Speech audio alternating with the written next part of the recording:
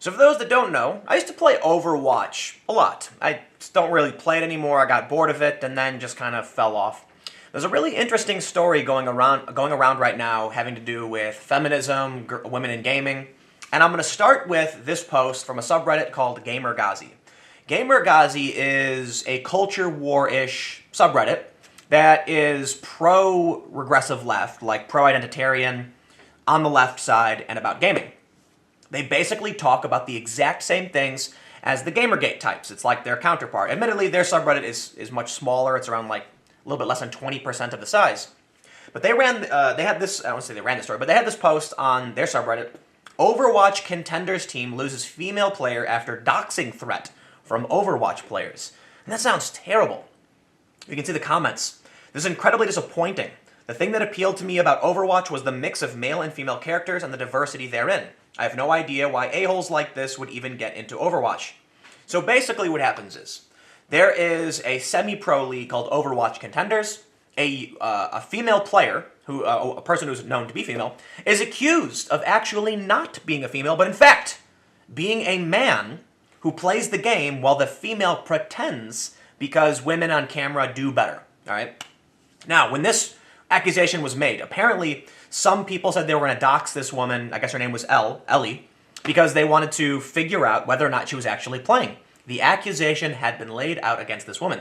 Naturally, those on the left were furious, saying, dude, how could you accuse this woman of not being the real player simply because she's a woman? That's not fair. But people had their suspicions, and they had reason to be suspicious, because you can kind of tell sometimes when someone's not playing a video game, right? And so, here's the thing. I don't believe, like for the most part, the reason this woman faced the scrutiny is because she's a woman, right? There's a lot of pro Magic the Gathering players, right? It's a tabletop card game. And they've been called out for cheating. And then they go back and they scrutinize old videos and they call them out too. It's not unique to women. I guess the issue then is because there's a disproportionate amount of men compared to women, when one woman, when she's like one of two or a few women, gets called out in this way, everyone says, oh, it must be misogyny. So it's really funny because, as it turns out, she actually wasn't playing. And you had all of these people on the left say, this is absurd, how dare you. One post quotes a part of the story saying that Ellie, I believe the story's from Variety, Ellie first became a target for commenters following her quick rise to a top 10 rank position for damage per second in the game. Suspicious users pointed to her account's single bronze star to suggest the account holder is smurfing or using a boosted account. Others have noted that Ellie is the only player on the second win player roster to not have her legal name listed on the official Overwatch Contenders website, leading some to believe she is being dishonest about her identity. This person said, this all started a day after she got signed. A-holes immediately decided she's a fake gamer and needed to be doxxed. Except, the story points out, on her account, okay, she had a single bronze star. That would imply, like, you're really not playing, right? Because you'd have substantially more stars. I haven't played Overwatch in a while, but I'm pretty sure that, like, even your average person is going to have hundreds or tons of gold stars. You earn, like, bronze, silver, and gold at the end of a match for doing certain things. So how is it that she could be in a top 10 rank position for damage per second, being really good, but also not have bronze stars? People got suspicious. And so they made the accusation, the left got defensive, and then we see all, like, this huge thread, okay? The Overwatch community, like many esports and gaming communities, has rampant sexism. However, this is not the greatest case of it because Ellie is not real. And this is where someone points out she's a fake person. The thing is, she's actually a fake account. Punisher, a top-tier Doomfist main and a male, was playing on an account named Ellie. It was apparently a social experiment gone wrong. Ellie, female Overwatch pro, never existed. Aspen, a female Overwatch streamer for Cloud9, goes into details on her Twitch stream. More info there. But you can see, before people learned the truth, they're furious. Boy, it sure is such a mystery why women wouldn't want their identities readily available to a crowd like this. How perplexing. Someone said if she just had her legal identity readily available to them, they never would have doxed her. So you can immediately just see the reaction. Well, here's the funny thing. Kotaku, of course, runs this story, Overwatch Pro quits after harassment over whether she was really playing. This is by Nathan Grayson, who my understanding is he's a very contentious figure within the Gamergate. I don't know who this guy is, so maybe you do. But here's the original. Let's read the original story, all right? And then we'll read the update because it turns out fake account. But here we go. This is what Kotaku originally reported. Toward the end of last month, Second Wind, a team competing in Overwatch League's official minor league, Contenders, made a new roster addition that few fans had heard of before. Their new player simply went by the handle Ellie, with her first name and last name never announced and still unknown. This set off a chain reaction of conspiracy theories about her legitimacy, culminating in Ellie leaving the team yesterday. Second Wind, a high-ranked team heading into the Overwatch Contender Season 2 playoffs, announced that Ellie had joined Second Wind on December 22nd, at which point the gossip mill on Twitter, Reddit, and YouTube spun to life with a fury. Who is Ellie? Many fans asked, with some pointing to her relatively low account level and sudden appearance on Overwatch's ranked ladder as being grounds for suspicion. Some speculated that she was a long-time player who'd switched over to a Smurf account in order to maintain privacy, an idea that dovetailed with her apparent decision to not give out her legal name. In contrast, every other player on a Contender's roster has their full name listed alongside their gaming handle on the official Overwatch Contenders website. Some fans believed the mystery about Ellie's name called her entire identity into question, including her gender. Ellie is one of very few women in Blizzard's Overwatch Contenders League, and some fans speculated she could be any number of notable male players impersonating a woman.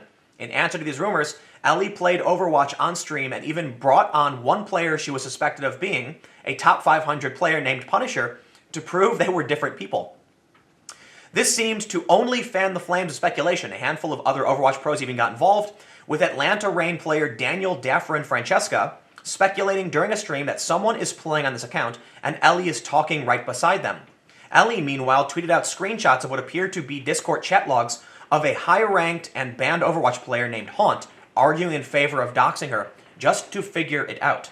He swore, but I'm not going to swear.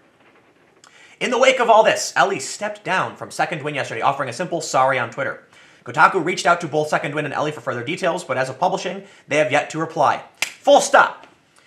When did it become normal for news organizations, for publications, for journalists to write stories, to publish stories about an accusation, siding, in a sense, like, come on, we know Kotaku takes a certain stance, with an individual and playing things up without actually doing any bit of investigation? And don't get me wrong, I don't want to overplay this. Often, Kotaku might just be like, hey, here's what happened, and here's what people are saying. And it would be prudent for them to get a statement. They did try to get a statement, so I'm not necessarily going to fault them for that. But I do think it's funny that Kotaku, who is notorious for being on one side, look, they're a Gizmodo network company, and Gizmodo Network is far left, I know, because I used to work for what is now the Gizmodo Network, when I worked for Fusion. Fusion bought them. And so I know where their stances lie, I know why they would want to write a story like this. But then they end up with egg all over their face, because they can report this. Let's see if, admittedly, like, I think it's fine they report on the story, don't get me wrong. But they sort of frame the narrative in a certain way in the story. They say, when we brought her onto the team, people acted like we had brought on a symbol of empowerment, Hughes wrote. I get that people meant well, but on one side, we had people questioning her legitimacy, issuing threats, etc., while on the other hand, we had people acting like they had found their messiah. Between needing a player to live up to huge expectations and having to question their own safety, it seems the Overwatch community isn't ready to just view a player as just a player. We wanted a player, but it seemed like the public wanted something else. Because clearly this is an issue of feminism and misogyny, when in reality, they say, Ellie's departure from the team has garnered a wide range of responses from the Overwatch esports community. One Overwatch League player, I don't need to read that. They end by saying it's absolutely unacceptable for members of the community to bully, harass, or dox players of their gender, she said on Twitter in reference to, I believe, the reference in Kate Mitchell. It shows why there's so few men in the sport. We have to do better, not just for the women and the girls playing the game now, but for those growing up and watching us. And let's go read what actually happened. Update. Since the publication of the story, new signs have emerged that Ellie may not have been who people thought she was. Earlier today, Aspen, an Overwatch streamer for esports organization Cloud9, claimed that top 500 player Punisher, her friend, was Ellie after all. Ellie is not Ellie, she said during a stream. The whole situation was meant to be, in a way, a social experiment. Ellie is actually Punisher, and he told me yesterday, so there you go. Since then, Ellie's ex-team Second Wind has confirmed that Ellie was an imposter, and that the Ellie account was used for purposes we do not support. Rumors have circulated, but as of right now, there's still no clear answer to who Ellie actually is. Kotaku has reached out again to all of the relevant parties and will continue to follow the story as new information emerges. Now, it's still unclear. So to all those people gloating and laughing at the left, saying, haha, you jumped the gun and you were defending this and it's nonsense, it could come out and there could be something else here. Because apparently we still don't know who was playing on this person's account. But this just shows, for one, don't jump the gun. Don't shoot from the knee, as they say. You got to make sure you have your facts in order to understand what's going on. And that's why I think it was fair to criticize Ellie, especially when you realize even Kotaku now is publishing that it turns out, based on these statements, it was a fake player. Now let's make one more important point. Many people they like to blame the fact that they take these stories and they say, this is why women don't play games. And of course, I have seen the videos of women playing on stream and getting like sexual harassment, for sure. But the important thing to point out is that people harass each other. I say harass because sometimes it is and sometimes it isn't, but people claim it is. But there are people who harass online. On games, they say the meanest things. And according to Pew Internet research, men are harassed substantially more than women. But women face more sexual harassment and stalking. Overall, men get more threats of violence. It's because people online, there's something called the online disinhibition effect. People play games, they want to say whatever they want, and they're going to be mean. It is not unique to women. People act like it is. It's not. Now, in the pro league, sure, there's so many guys, they're probably less likely to get certain, kinds of harassment, and women are going to be more notable. But this was an instance where someone was right. It was a fake account. Their suspicion wasn't based on nothing, and they didn't just hate women. That's absurd. The issue is, sometimes you need to get your facts straight and not just assume it's sexism. In this case, it was legitimate. It was a legitimate case of fraud, plain and simple. So, obviously, those on the anti-social justice side of the culture war called this. They got it right. And now some of them are gloating and saying, go figure. And people on the left, the Gamergazi people that I mentioned in the beginning, they're acknowledging this is fake. It's a terrible story because it does a disservice to women in gaming. And I agree. This is very, very bad news for those who are female and do want to play games. And so hopefully this doesn't discourage, anybody who wants to be involved in esports. I haven't played Overwatch in a while. I think it's a fun game. But, there you have it. Fake accounts. So anyway, there you go. Stick around. I'll have more videos coming up in just a few minutes.